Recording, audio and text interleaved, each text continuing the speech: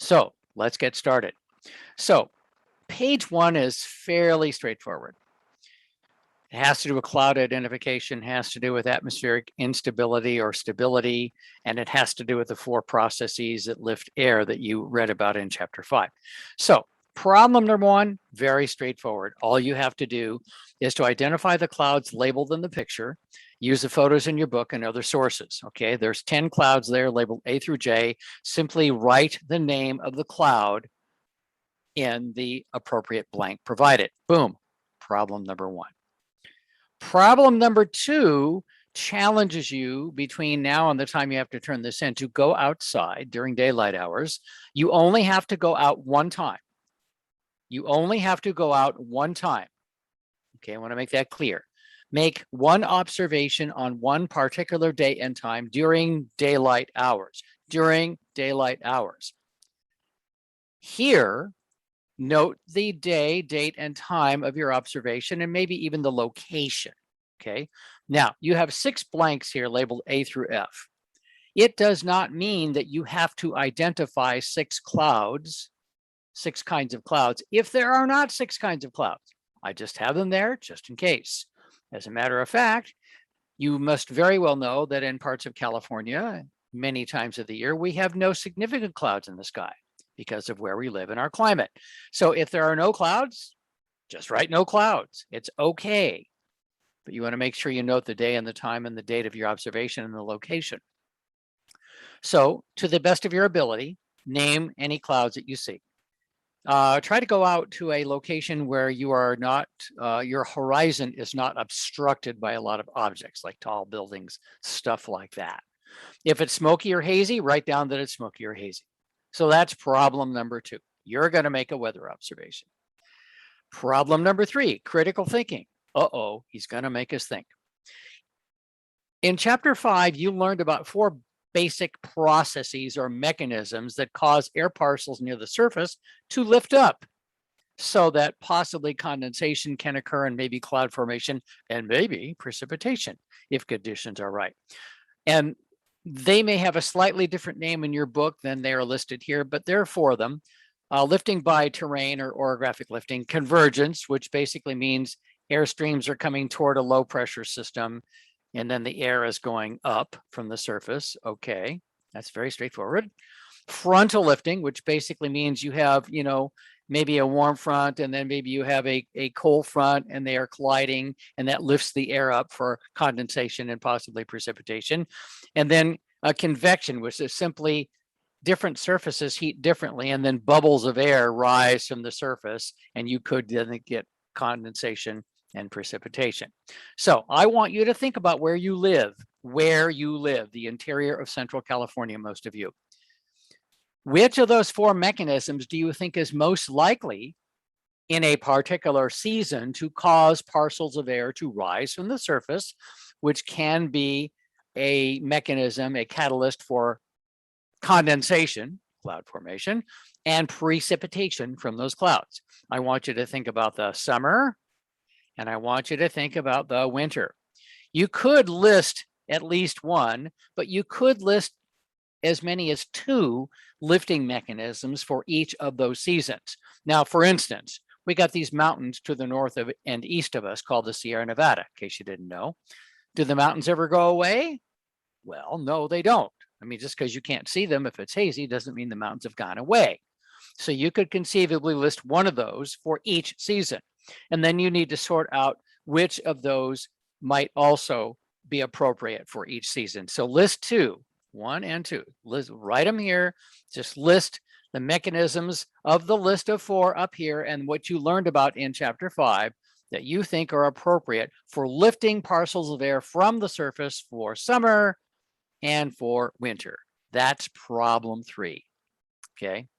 Any questions about that? Of course, this is a one-way recording. Why am I asking about questions? You can email me if you have questions. So that's page 1. Now I am going to move on to page 2. Page 2 involves some arithmetic. Uh-oh, he's going to make us work.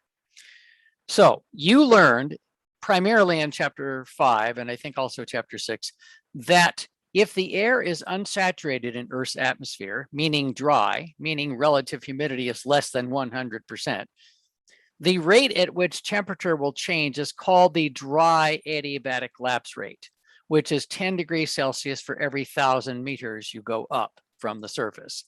As you go up, temperature will decrease in the troposphere.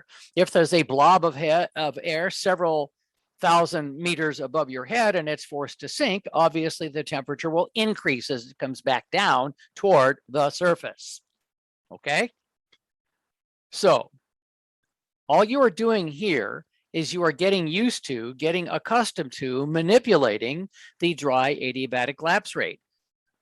A parcel of air, as it rises in Earth's troposphere, will decrease at the rate of 10 degrees Celsius for every 1,000 meters it goes up. I don't care whether you're in Bengaluru, India, Barrow, Alaska, Buenos Aires, Argentina, or Bakersfield, California, it's going to be 10 degrees Celsius per kilometer, or 10 degrees Celsius per 1,000 meters.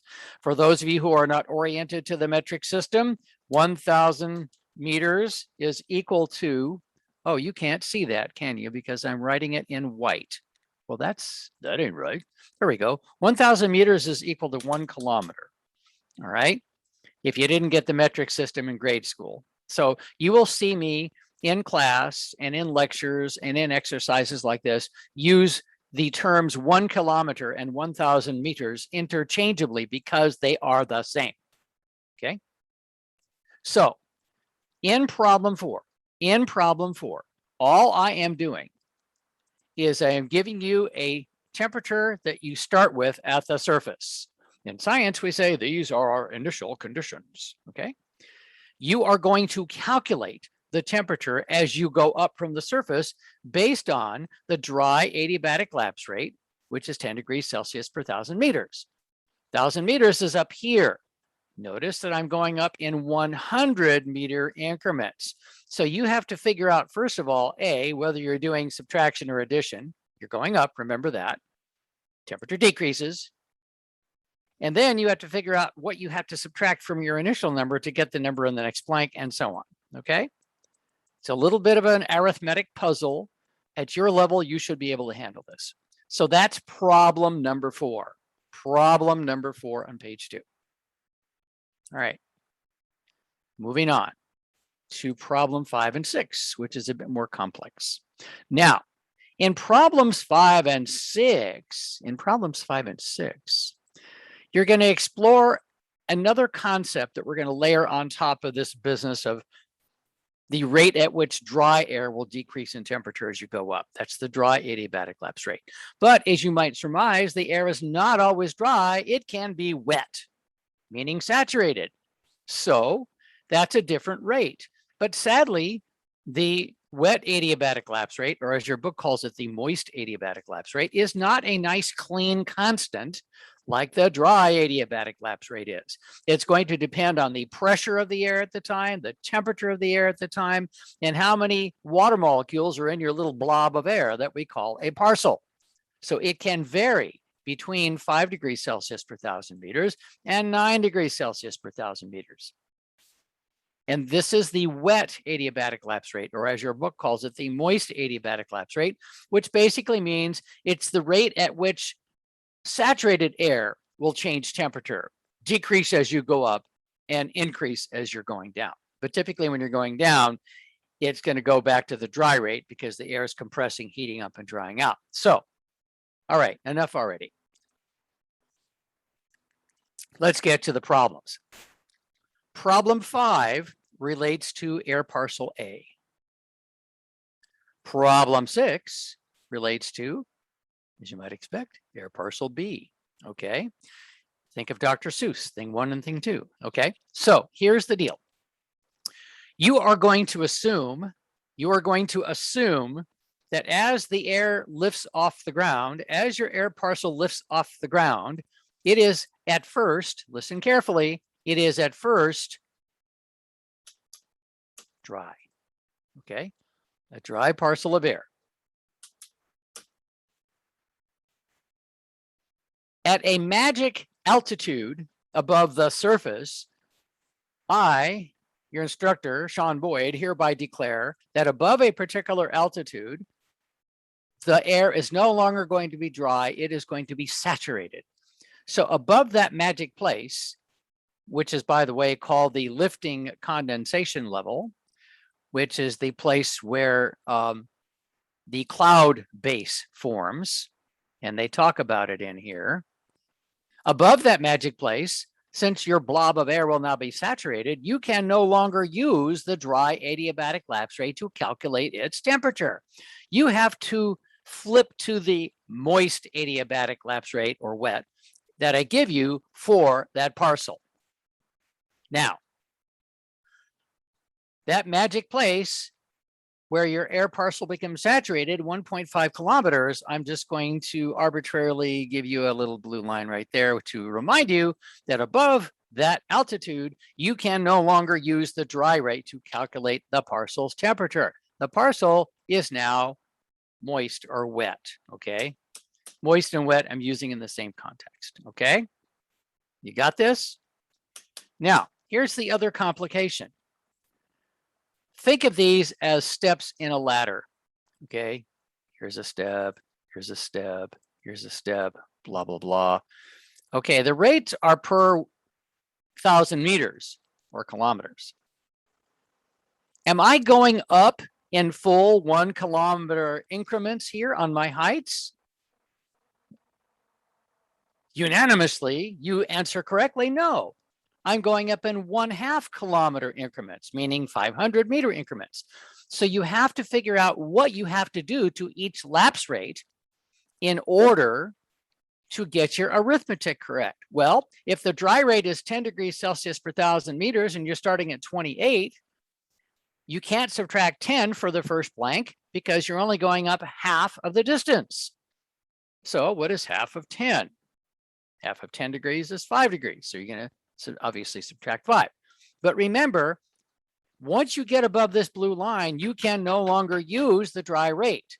So for parcel A, the moist or wet rate you have to use is 5 degrees Celsius per 1,000 meters above this blue line. And for parcel B, the moist or wet adiabatic lapse rate you have to use above the blue line is 7 degrees Celsius per 1,000 meters. So obviously you have to do the same thing. You have to manipulate that lapse rate to make sure that you do your arithmetic correctly. And yes, you will get negative numbers. Don't freak out. It gets cold in the upper atmosphere. Just put a coat on. Okay. So that is problems 5 and 6. I recommend you do problem 5 first and then do problem 6 second. A lot of people make the mistake, by the way, of starting right away from the bottom with the wet rate. You're not supposed to do that. Use the dry rate below 1.5 kilometers, including that altitude, and above 1.5, you use the wet rate for the respective parcel. So that's the explanation for problems 5 and 6. Let's move on. So let's erase all of my drawings. Let's get out annotate, and I can move on. All right. Now, there is a reference to this in your textbook, and I will quickly find it if you don't mind. And it actually, it's really kind of subtle. Just give me a minute. I'm going to find it. It has to do with how the dew point changes as you go up. So far, we have only been talking about how the temperature changes as you go up. But in this textbook, it gives an example on page 124, figure 5.16. And then over on page 125, there's a little paragraph in the first column on the bottom there with an asterisk in really small font. Okay. And it talks about how the dew point changes as you go up. So far, we have only been talking about the temperature and how it changes as you go up. Now we're going to incorporate how the dew point changes as you go up. If the air is saturated, excuse me, strike that. If the air is unsaturated, meaning the relative humidity is less than 100%, then the rate at which the dew point will change as you go up is 2 degrees Celsius per 1,000 meters. We call it the dew point lapse rate for unsaturated air. All right. So in problem 7, you are going to incorporate this concept that I just taught you and that you can find in the small print on page 125 in your book about the rate at which the dew point will change as you go up, assuming the air is unsaturated, meaning the relative humidity is below 100%. So in problem 7, you're going to assume the air is dry. You're going to use the dry rate for the temperature, okay, which you learned on page 2, problem 4, is 10 degrees Celsius per 1,000 meters. And then you're going to use the dew point lapse rate for unsaturated air for the dew point that I just taught you, which is 2 degrees Celsius per 1,000 meters. And of course, I'm not going up in full 1,000 meter increments here. So you have to arithmetically manipulate your lapse rate in order to get your arithmetic correct. And remember, since you're going up in the troposphere, temperature and dew point are going to decrease. They're going to decrease as you go up in the troposphere. Colder at Shaver Lake than it is in Fresno, okay? So I want you to calculate the temperature and the dew point of this parcel going up in these 500 meter increments using the appropriate lapse rates. And if you do your math correctly, at some height above the surface, your temperature and dew point will become the same. That's the magic place where a cloud base will form. It's called the lifting condensation level that you read about in your book and that I taught you again about on page 2 of this lab. So question 8 relates to the calculations you make in question 7. All I am asking you here is what is the lifting condensation level? In other words, at what height do the temperature and dew point become the same for the above parcel of air in problem 7 you just did the math for? And you simply write that height here. That's it, okay? So that's problems 7 and 8 that go together kind of like peanut butter and jelly. Now I am going to move on to problem 9, which is a bit more complex. And I want to say something really important. What you did conceptually in problem 7 and 8 does relate to problem 9. However, the numbers are not exactly the same. So don't think you can take the numbers from problem 7 and transfer them to these blanks and you're going to be right. So listen carefully, please. Let's say that all 120 of us, because I've got 3 sections of y'all this semester, and I've got roughly 40 students per section, we are going to go on a really ambitious hike, right? And we are going to start at the bottom of this mountain on the surface. We're going to hike up to the top of the mountain, sit up on the top, have a nice picnic lunch, and then we're going to go down the other side, right? I mean, this is totally unrealistic because honestly, 2,500 meters up is, about 8,000 feet above sea level. So that's totally unrealistic. All right, but let's just pretend, shall we? When we get to the top, you'll have a nice picnic lunch. Some of you are going to sit on this side of the mountain. Some of you are going to sit on that side of the mountain. You're going to realize there are completely different conditions on one side compared to the other, but we'll get to that. All right. So given the tools that you have so far, all the lapse rates that you've learned so far, you are going to calculate the temperature and dew point going up the mountain and then coming back down the mountain. All right. This is the side of the mountain. If the wind is hitting this side of the mountain, we typically call this the windward side of the mountain. And on this side of the mountain where the air is sinking, compressing, and heating, we typically call this the leeward side of the mountain, okay? Or you can say, there's another term for it, I forget, but this will be fine for now. All right, so you are going to assume at first, and listen carefully, you are going to assume at first that when you lift off the surface that the air is dry, dry. So you're going to use the dry adiabatic lapse rate to calculate the temperature and the dew point lapse rate for unsaturated air to calculate the dew point. Remember, the dry adiabatic lapse rate is 10 degrees Celsius per 1,000 meters. The dew point lapse rate for unsaturated air that you learned at the top of this page in problem 7 and 8 is 2 degrees Celsius for every 1,000 meters, just for the dew point, assuming the air is dry. Now, if you do your math correctly, at some magic place up here, as you're going up, your temperature and dew point will become the same. Your temperature and dew point will become the same. They are glued with super glue together at that point. You've reached the lifting condensation level. They kissed and then got engaged and then eventually got married. They're tied at the hip. Wedding rings were exchanged. Till death do they part. No prenup. Okay, you get this? So once you attain that particular altitude where your temperature and dew point have become the same, assuming you've done your calculations correctly, then the temperature and the dew point have to decrease together to the top of the mountain,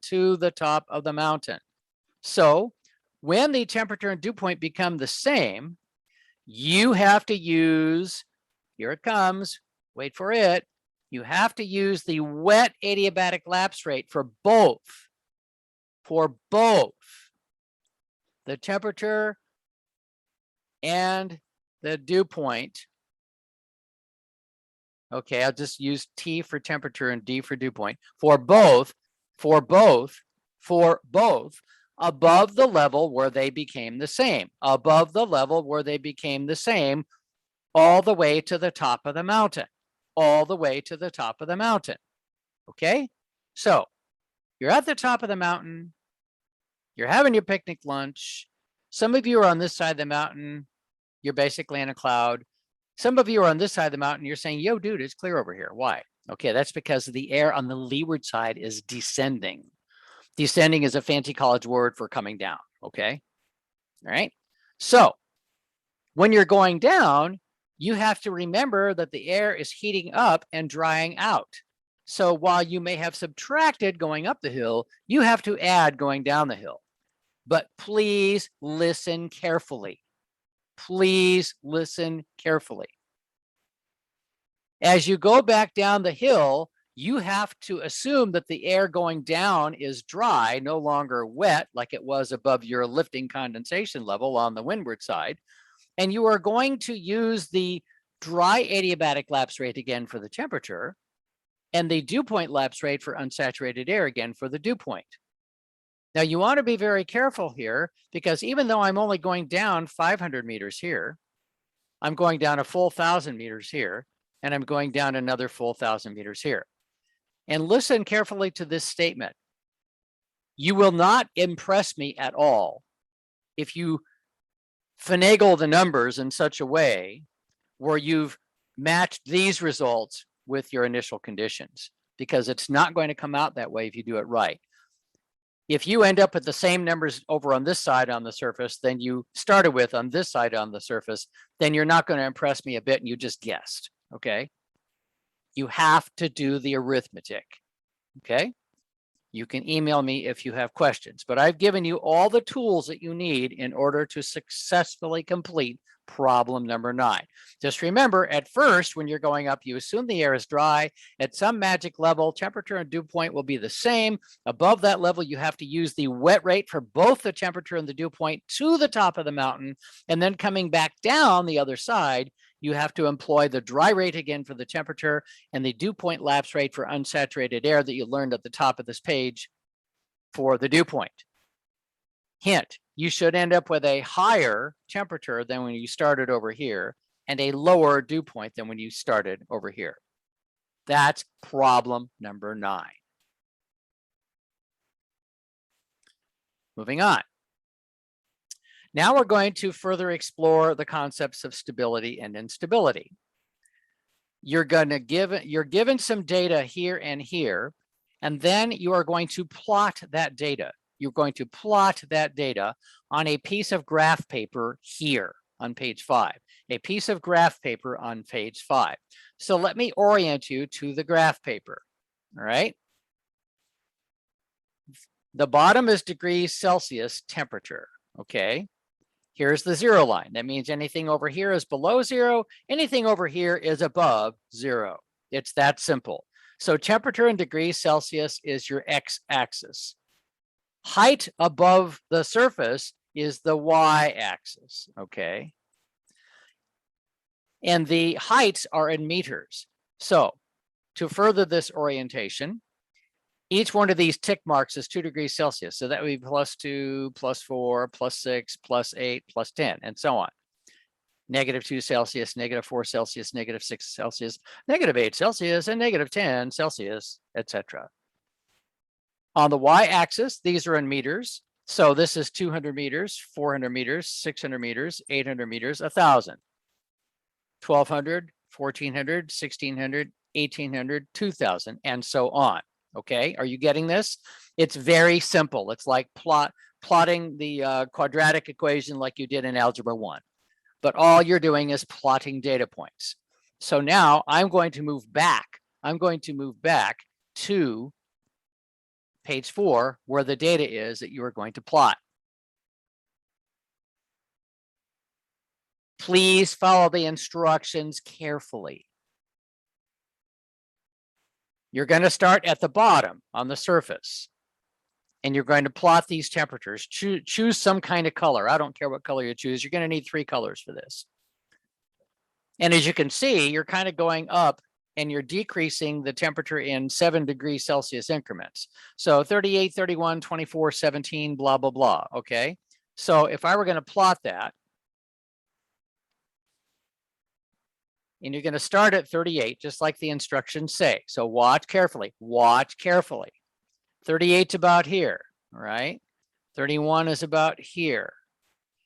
24 is about here. Okay, for every 1,000 meters you're going up, you're decreasing by 7 degrees Celsius. And the next one is 17, right? So that puts you right about here. And then you have 10 for 4,000 meters, right? So is that right? Yeah, so 10, yeah, 17 minus 7 is 10. So it's going to put you right about here. And then the next one at 5,000 meters is going to be 3 because you're subtracting 7.